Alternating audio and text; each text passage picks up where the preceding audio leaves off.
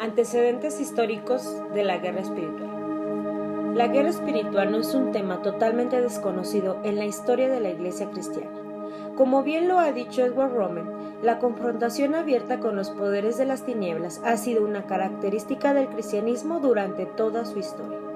Según Roman, en el año 252 después de Cristo, Cornelio, obispo de Roma, reportó la existencia de por lo menos 52 personas que se dedicaban a expulsar demonios, lo cual demuestra la realidad del enfrentamiento con espíritus en esta época temprana de la Iglesia. Por su parte, Justo González informa que Gregorio el Grande, en el siglo VI después de Cristo, fue el primero en escribir sobre el tema de los demonios y el conflicto espiritual de los cristianos. Ya en el siglo XVI son bien conocidos los episodios de lucha espiritual de Martín Lutero, para quien los ataques de Satanás eran algo muy real. No cabe duda de que el tema de la guerra espiritual ha estado en el pensamiento y la práctica de la Iglesia a lo largo de la historia. Sin embargo, nunca se formó en los periodos citados anteriormente un movimiento en la Iglesia respecto a estas cosas. Lo nuevo del movimiento del presente siglo son los énfasis particulares que ha recibido el tema en relación con el crecimiento de la Iglesia y el movimiento misionero mundial. El movimiento misionero. Claramente se puede percibir que desde 1980 comienza a escucharse toda una nueva terminología de la guerra espiritual. Especialmente algunos misioneros occidentales que sirvieron en países del tercer mundo comparten testimonios similares sobre su enfrentamiento con realidades espirituales muy diferentes a las de sus países de origen, para los cuales no se les había preparado. Estos misioneros, confrontados con otras religiones y culturas, se han visto obligados a tomar en serio la oposición espiritual y a partir de múltiples experiencias han tenido que redefinir su demonología y métodos para hacer la misión. Las tres olas del espíritu y la guerra espiritual. Existe también una relación estrecha entre el movimiento de guerra espiritual y las prácticas del movimiento pentecostal, puesto que el énfasis en lo milagroso ha sido una constante en muchos movimientos de renovación de este siglo. Dentro de lo milagroso se cuentan las liberaciones demoníacas, una de las principales enseñanzas y prácticas de la guerra espiritual. Muy buenos días tengan todos ustedes. Hoy hablaremos sobre la guerra espiritual desde la postura pentecostal. Por más de 20 años se ha hablado de este tema. Hablaremos también sobre sus doctrinas. Tengo el honor y el gusto de presentar a los estudiantes del seminario Todas las Naciones. Otra de las doctrinas del movimiento de guerra espiritual son las maldiciones. Ellos dicen que las maldiciones están relacionadas con el poder de las palabras. Estas son declaraciones verbales que ejercen una fuerza espiritual negativa sobre la vida de una persona, un lugar o un objeto. Entonces lo que ellos mencionan es que cuando las personas hacen uso de estas maldiciones, en especial en el área del ocultismo, es como se vuelven un instrumento poderoso para el reino de las tinieblas. Otra mención que ellos hacen es que no solamente las maldiciones pueden transmitirse verbalmente, sino que Harold Caballeros menciona que las maldiciones entran a la vida de una persona por las decisiones pecaminosas que se toman. Un ejemplo que él toma es el relato de Adán y Eva en el Edén, cuando a través de su mala decisión ellos abren las puertas para que venga una maldición a la humanidad y a la creación.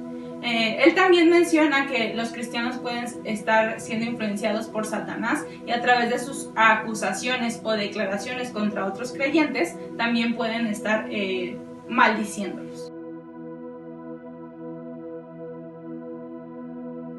Transmisión de demonios entre generaciones. La idea básica de esta doctrina es afirmar que los demonios pueden ser transmitidos en una familia de generación en generación, debido a maldiciones o al pecado o al involucramiento de prácticas ocultistas y en la hechicería. René Peñalba, pastor y promotor de la guerra espiritual en Honduras, afirma que las maldiciones son declaraciones verbales que la gente hace. Estas declaraciones hacen daño a las generaciones subsiguientes. El apoyo bíblico para esta doctrina se encuentra en Éxodo 25. Se recomienda que todos aquellos pastores y consejeros se esfuercen para investigar y descifrar las causas de la intromisión satánica en la vida de las personas, y se ha dado una serie de consejos o recomendaciones para romper con el poder demoníaco sobre generaciones.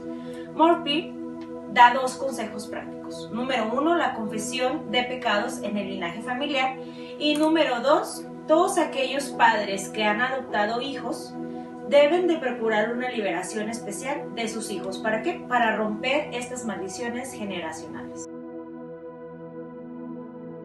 Una enseñanza básica que nos habla de la liberación de demonios, que nos habla es que muchas veces estos objetos son utilizados como puentes para que la gente pueda ser poseída, y muchos de esos objetos son dados por las brujerías o el ocultismo. Anna Frank nos habla sobre mucha gente que está sufriendo por estas posesiones, y lo ve de 2 maneras. La gente que lo ve todo al mover sus casas, al tener pesadillas, al ver cosas, escuchar ruidos en sus casas, y otra manera que lo ve Ana Méndez es también de la manera en que muchas veces por las enfermedades o la rebeldía de nuestros hijos cree que esos son posesiones demoníacas. Warren nos habla de 3 maneras de cómo podemos ser liberados de estos objetos. La primera es pedir perdón a nuestro Señor Jesucristo. Por segundo es deshacernos de totalmente todo lo que nos esté haciendo estorbo en nuestras casas, lo que sea anillos o cualquier cosa que sea del extremo. Y por último tenemos que darle la honra al nombre de nuestro Dios. Otra de las enseñanzas y principales doctrinas de este movimiento es la guerra espiritual a un nivel estratégico.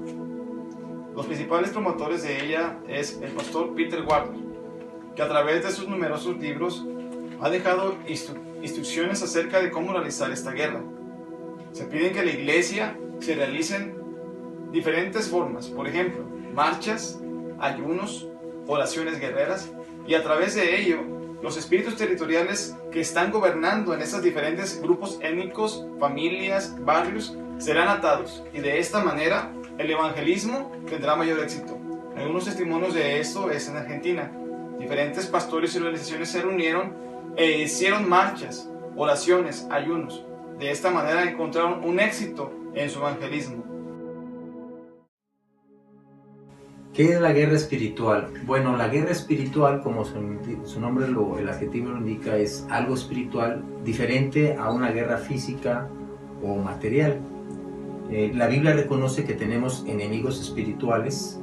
Los cristianos, los creyentes, tenemos un enemigo espiritual que es Satanás y todas sus huestes espirituales. Entonces reconocemos la realidad de esta guerra espiritual, que es, aunque es un mundo espiritual, no es menos real que el mundo físico. Ahora, ¿cómo combatir cómo participar o cómo enfrentar esta guerra? Lo que decía Pablo, ¿no? Nuestras armas no son carnales, sino poderosas en Dios para derribar fortalezas. Entendemos que una de las principales armas de Satanás es la mentira. Y Pablo en el libro de Efesios habla acerca de nuestras armas como creyentes. Y la primera arma que pone Pablo es la verdad. Es una manera de enfrentar la guerra espiritual. Obviamente que también tenemos la oración. Algunos grupos cristianos incluyen la alabanza como parte de la guerra espiritual, y creo que sí podría ser usada la alabanza. Y sobre todo, pues una vida de santidad. Tenemos que prepararnos de esta manera para la guerra espiritual. No, la pregunta es, ¿qué es guerra espiritual?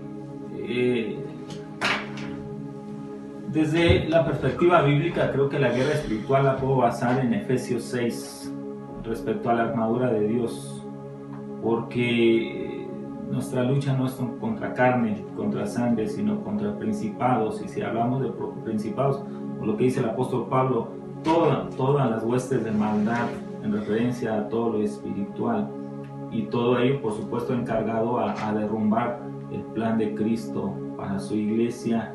Y bien pueda tratarse de forma personal o familiar o congregacional, al final de cuentas la iglesia está en una lucha constante en referencia a vivir en obediencia delante de Dios o en pecado. Desde ahí podría partir yo como la guerra espiritual, una forma de vida acorde a la Escritura, con un testimonio al mundo, con un esfuerzo a la obediencia, con la obediencia a la palabra, el llevar el evangelio. Bueno, en definitiva, no nos olvidemos que esta guerra no es entre, si bien nosotros somos participantes no involuntarios en esta guerra, pero esta guerra principalmente es entre Dios y Satanás. Y ya la tenemos vencida, ya la tenemos ganada, pero en definitiva es Dios peleando con Satanás. No es nosotros, sino porque esta guerra no es humana, sino es espiritual. Y por lo tanto, lo que tenemos que hacer es utilizar las armas espirituales, que en definitiva es pedir la intervención de Dios a nuestro favor en medio de esta guerra. Con lo cual, en definitiva, no somos nosotros los que la peleamos, sino que es Dios mismo.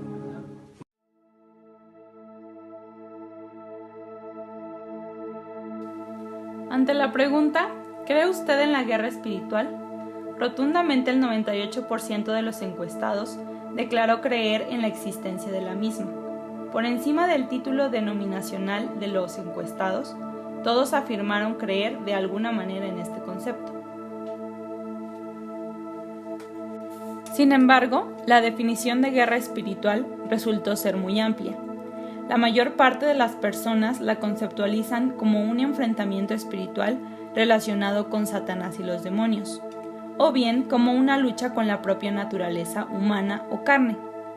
La siguiente definición más amplia, votada, entendía la guerra espiritual como una lucha que se da por medio de la oración o intercesión, lo que muy probablemente está relacionado con que esta es la estrategia más representativa de la guerra espiritual.